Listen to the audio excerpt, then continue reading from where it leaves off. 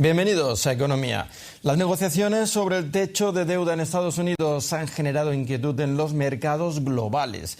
El índice de referencia Stocks de Europa registró una caída del 2,1%, alcanzando su nivel más bajo en 6 semanas. Entre los inversionistas cunde la preocupación por el estancamiento de las negociaciones de la deuda en Estados Unidos. El Departamento del Tesoro de este país advirtió que si no se alcanza un acuerdo antes de que venza el plazo el 1 de junio, el gobierno no podrá hacer frente a sus obligaciones.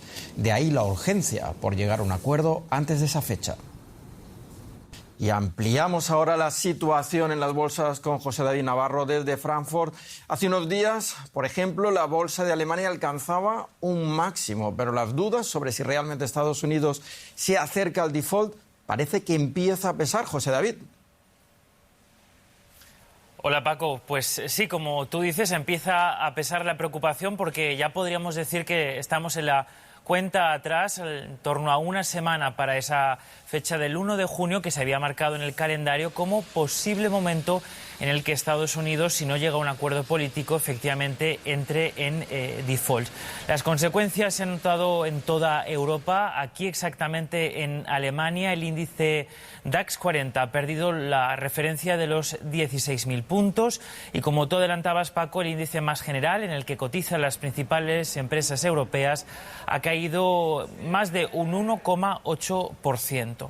Las consecuencias también se pueden notar en otros sectores, como por ejemplo en el sector de la deuda. Un país también muy endeudado como es Italia ha visto como el interés exigido a su deuda aumentaba. Y por supuesto, Paco, también hemos visto cómo la volatilidad aumentaba hoy a un máximo de 3 semanas, según el índice de referencia para medir este factor. José David, vamos a ponernos en el peor de los casos. No se logra ese acuerdo para ampliar el techo de deuda. ¿Qué reacción puede haber aquí, en Europa? ¿Cómo nos podría afectar? Bueno, se sabe que tendría unos efectos, o la onda expansiva sería muy grave. Habría una caída de las bolsas. Todo depende también de cómo llegase a actuar la FED y el Tesoro de Estados Unidos para amortiguar el impacto. Los expertos no son capaces de determinar, digamos, de forma concreta cuáles serían los efectos, porque pasa lo mismo, Paco, que con la crisis bancaria. Es decir, sabíamos que iba a haber un efecto negativo en las entidades bancarias, pero no nos imaginábamos hasta qué ocurrió que podría ser con el Credit Suisse. Pero como les digo, las consecuencias serían muy graves, considerando que podría tener un impacto en la valorización de los treasuries, es decir, de los bonos del Tesoro de Estados Unidos, y en el propio dólar. Con un efecto curioso, Paco, porque podría provocar una revalorización del dólar y eso podría tener consecuencias negativas en países pobres, en países emergentes que ya están teniendo problemas para el servicio de su deuda. Gracias, José David, desde Frankfurt. Seguimos hablando de este techo de la deuda en Nueva York. Ana, se sigue negociando. ¿Qué impide el acuerdo?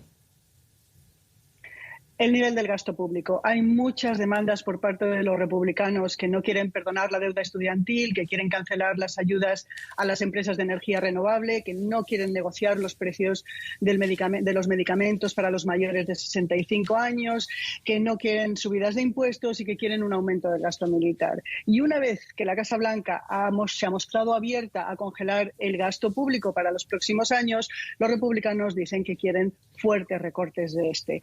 Patrick McHenry, que es uno de los negociadores republicanos, dice que a cambio de sus demandas habrá subida del techo de la deuda, dando a entender que no hay otras propuestas que quieran negociar más que las suyas. Y esto está creando muchos conflictos entre los congresistas demócratas, que ya tienen que votar el acuerdo en el Congreso.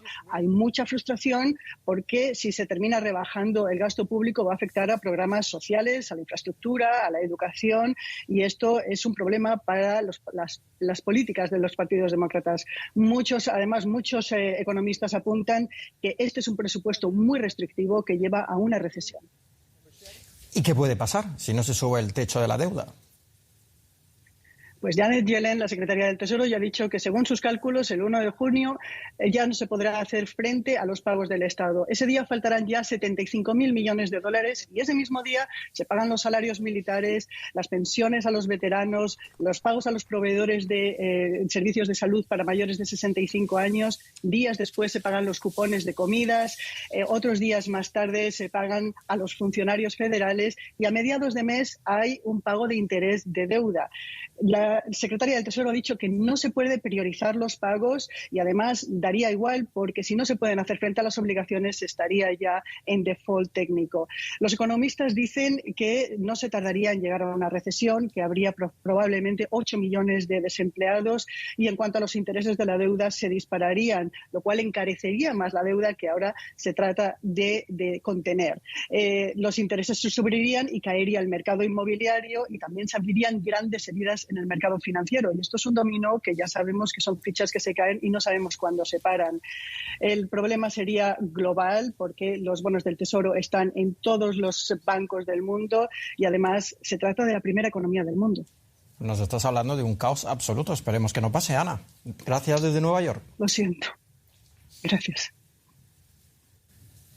China anima a su población joven a mudarse a las zonas rurales para encontrar empleo. Es una iniciativa ante la creciente tasa de desempleo juvenil que aumentó a más del 20% el mes pasado.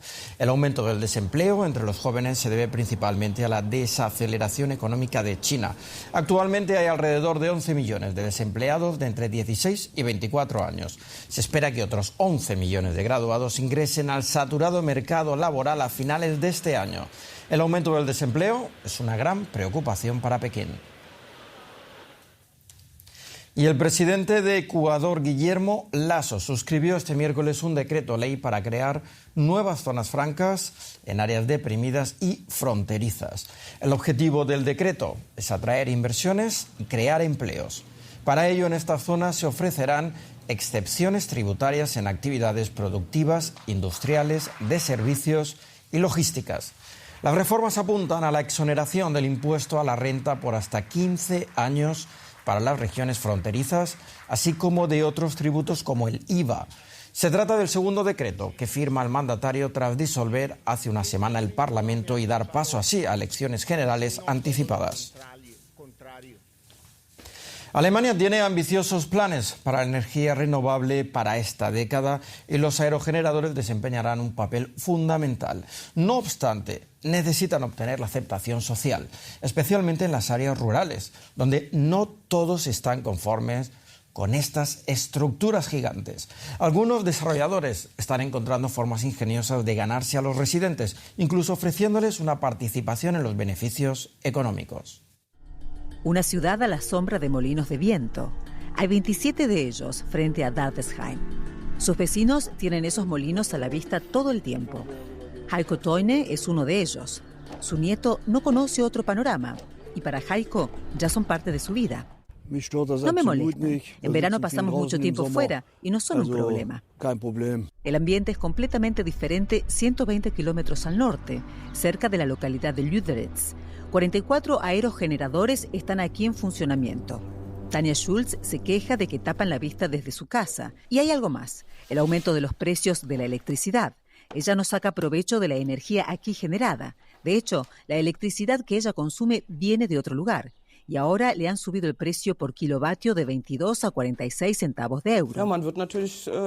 Es para enojarse. Han doblado prácticamente el precio del kilovatio hora. Tenemos los molinos de viento frente a nuestra puerta, pero no nos beneficiamos de ellos. Todo se encarece y no obtenemos nada. Está muy mal. De vuelta en Dardesheim. Aquí las cosas son diferentes. El operador del parque eólico se encargó de ello. Comparte con los residentes de la comunidad una parte de sus beneficios. Disfrutan así de una electricidad barata a 30 centavos por kilovatio hora. Peter Schulze eligió esta opción. Su último proveedor de energía le había aumentado el precio casi hasta los 60 centavos. Es un alivio, porque muchas cosas se están encareciendo y mis ingresos no aumentaron demasiado. El operador de los molinos incluso ha transferido un 1% de sus beneficios a asociaciones de la localidad. El alcalde también está contento con los ingresos fiscales generados por el parque eólico.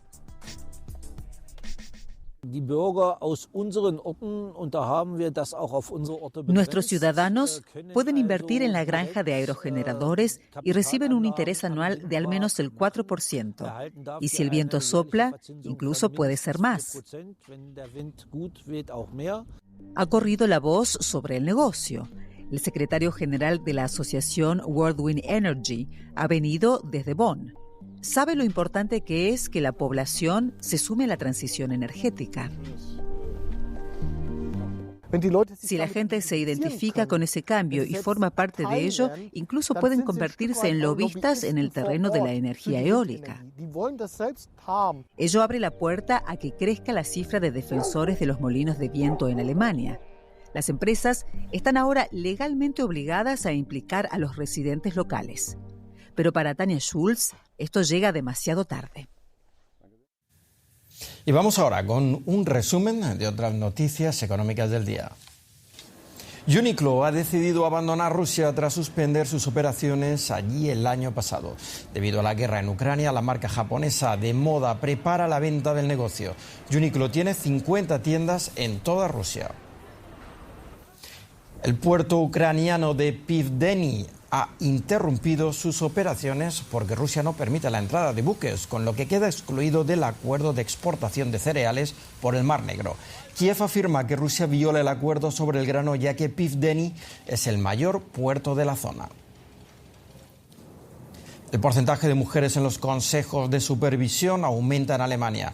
Según un nuevo estudio, las mujeres representan el 38% de los miembros de los consejos de administración de las 40 empresas que cotizan en el DAX, el índice nacional de referencia. Pues hasta aquí la economía. Muchas gracias por acompañarnos y nos vemos en la próxima emisión. Hasta pronto.